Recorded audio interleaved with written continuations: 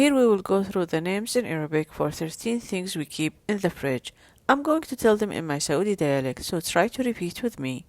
فطر, جبنة, زيتون, بيض, خبز, خبز عربي, خبز صامولي, or you can say خبز sandwich, خبز toast, خبز burger, burger written two ways, pronouns similar to English, خبز شرك or jurek, they are bagel-like buns, شطة, ketchup, written two ways, pronouns similar to English, mayonnaise. Follow me on Instagram and subscribe to my channel to learn more.